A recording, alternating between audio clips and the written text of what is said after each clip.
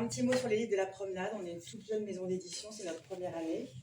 On fait de la littérature générale, du roman essentiellement, avec une première année qui est, on va dire, faite de hasard et de jolies rencontres.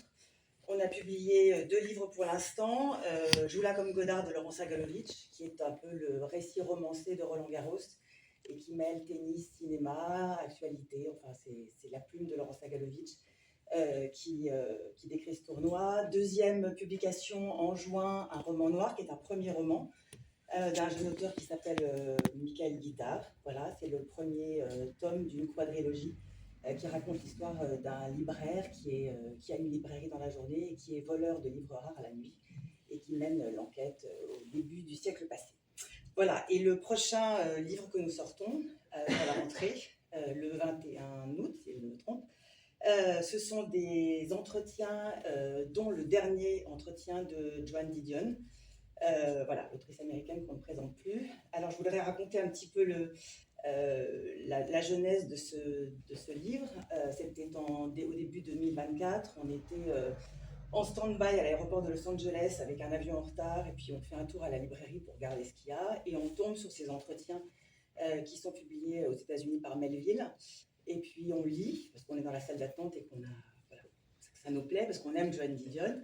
Et on découvre un peu l'envers du décor. Elle explique comment elle écrit, elle explique aussi un peu les circonstances qui l'ont amenée à ce nouveau journalisme dont elle a été l'une des égéries, ses romans, comment elle a écrit L'année de la pensée magique, Le bleu de la nuit, sur la mort de sa fille. Voilà. Et on trouve ça formidable d'en savoir plus sur sa personnalité, sur tous les moteurs de sa vie, tout ce qu'elle a construit autour de cette phrase qui la résume assez bien et qui résume aussi la société américaine, le centre ne tiendra pas.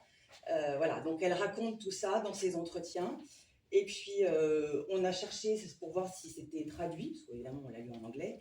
Et puis on n'a rien trouvé, donc on a contacté l'éditeur et puis on a pu acheter les droits. On était super contents. Et en plus, on a contacté quelqu'un pour qui on a beaucoup d'admiration, qui est Brice Mathieusan, qui est un des grands traducteurs de la littérature américaine contemporaine. Voilà, un des grands qu'on lisait avec bonheur, qui nous a fait découvrir John Fante, Bret Easton Ellis et d'autres grands auteurs contemporains américains.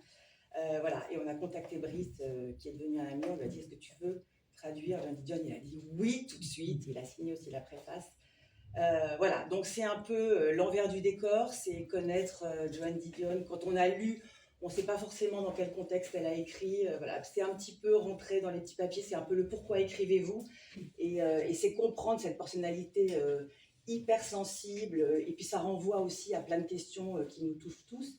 Le fait parfois de se sentir complètement perdu dans ce monde qui part un petit peu à la dérive, c'est un euphémisme. Mais aussi comment le rôle d'une mère, comment on transmet aussi ce qu'on a reçu dans son éducation. Voilà, il y a plein de thématiques. Et il y a surtout la dernière interview qui donne le titre de ce livre, où c'est une très vieille dame, c'est quelques mois seulement avant sa mort. Elle sort du Covid, elle est un petit peu désorientée, mais elle n'a rien perdu de son humour. Quand on lui demande qu'est-ce qu'elle n'a pas réussi à faire, qu'elle voudrait réussir à faire, elle dit: faire marcher ma télé. Voilà, elle dit: le Covid, quel impact sur vous? Ça a énormément réduit ma facture de vin, dit-elle. Donc voilà, une vieille dame assez attachante et touchante. Voilà. Le dernier entretien et autre conversation de Joan Didion qui sort le 21.